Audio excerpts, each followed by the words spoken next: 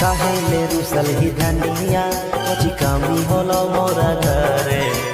गुस्सा न करे रनिया पूरे चले साथे बहरे